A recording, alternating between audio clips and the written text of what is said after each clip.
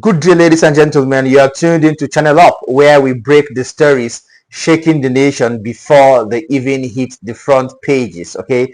Now, today I have an update that we all must have maybe heard, but don't have details about. Okay.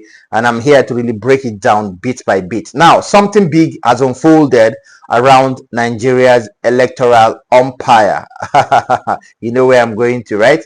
Where it just broke that former Inec chairman, Professor Mohammed Yakubu, is leaving office or has left office. But the twist, this is not your regular retirement story. Inside sources say there has been tension in the corridors of power for weeks, and what looked like a quiet exit might actually be the beginning of something far deeper.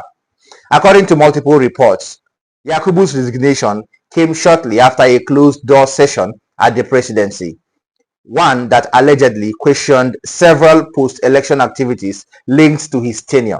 While Inec itself has remained silent, the buzz is that the pressure became too heavy to ignore. But here is where things turn from quiet to chaotic, if you ask me. A federal high court in Abuja has just issued an order for the immediate arrest of the former Inec boss. The order reportedly stems from fresh petitions alleging financial irregularities and diversion of sensitive electoral materials during the 2023 general elections. Okay, and contempt. Now, court insiders hint that investigators have traced large sums of money tied to logistics contracts that were either inflated or never executed. The warrant, sources say, was signed late last night, setting on a manhunt that could reshape public perception of Nigeria's electoral leadership. Meanwhile, whispers in Abuja and the offices suggest that one Professor Rhoda Gumus or Amina Zakari, both senior Inec officials, are already being penciled down as potential successors, though nothing official has been announced yet. But the woman who the government has in mind is somebody different from these two people. So if all this checks out, it is not just a scandal, it is a stain on the credibility of our democratic process. And once again, Nigerians are left wondering who truly guards the guardians of our elections.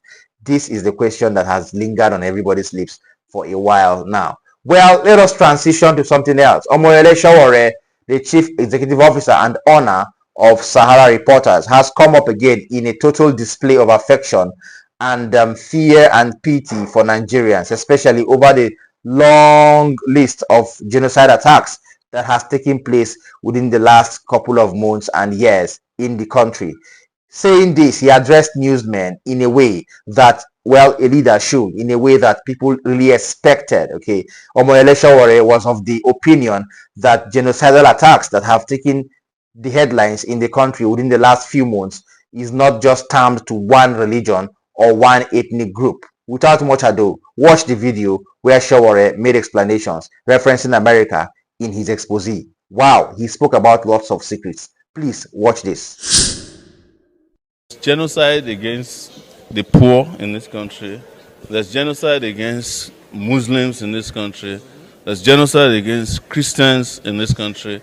There's genocide against children in this country. To now separate it and say maybe it's one religion or the other. Interestingly, Nigeria doesn't count or do DNA of people who are killed to determine whether they are carrying a Bible or a Quran. So, the number of people that were abducted on our road yesterday, did anybody find out whether they are Christians or Muslims? Whereas the US can nitpick symbolically to say, because they have policies, definitely. They say, oh, you know, there are genocides against Christians in Nigeria. Why is the US not taking the same position in Gaza? That there's genocide against Muslims by Israel. So there's international hypocrisy about that. In a country where they are killing 6,000 people a day, you did not designate the killer as a genocidal government. But you are here. Please, let's be careful. I am not in any way defending what is happening in Nigeria. But I'm just saying that the problem with Nigeria has nothing to do with religion. It's complete irresponsible leadership and insecurity. Exactly. That kills everybody. Yes. What about when the terrorists go and kill people in the mosque? When you talk about insecurity in this country today, it happens more in the north, in the Muslim part of the north. And that's the truth. That's where they go to mosque. I think they killed about 35 people in a mosque in Kas. And the people who killed them were not Christians. They are probably people who identify as Muslims. Extremists. So, but the truth is that we like to water down the responsibility of our leaders by this gives them an alibi. Okay, and then the US will come with a policy to say we want to protect Christians. It's okay. Let's bring a big boat and take all the Christians out and see if nobody will get. Okay, welcome back. That was Mohammed Yakubu. Remember, in the concluded 2023 general elections, Mohammed Yakubu ran under AA as the presidential candidate. Of course, he has been, aspiring to be president for almost a decade now, and he is not resting on his oars. Well, I don't know if he's got the leadership prowess or if he's got the necessary qualities as a leader. But if you ask me, the way I'm seeing him, he looks like somebody who can actually lead the country. But it's not my own to say, because we've got elections and we've got other credible people too. Well, moving on from assertions, Mohammed Yakubu pointed out one fact. Allegedly, according to him, America collaborating in order to make headlines about genocides in Nigeria. This is a strong thing to say, although we are yet to confirm this. But for Yakubu to come out and say something as sensitive as this, that should tell you volumes about what is happening behind the scenes, especially with the non-political players in Nigeria. Okay, we are not ruling out the political class, rather we are also bringing in those who are not termed as the political class. Okay, because in Nigeria, when you talk about politics, I think non-political players or non-stage players play far more bigger and sinister and deeper roles compared to those who are fronted as politicians themselves.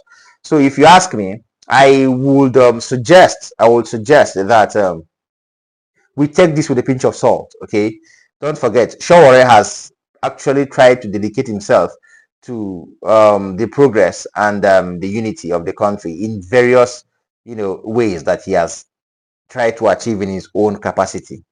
All right, so I'm seeing this not as a form of campaign only, although he is trying to get the minds of Nigerians, but I'm also seeing this as a form of warning to all who are involved in, or all who find themselves anywhere around the country. This is Mohammed Yakubu telling you that things are happening, and people need to take hay or take heed somewhere, or make hay while the sun is shining.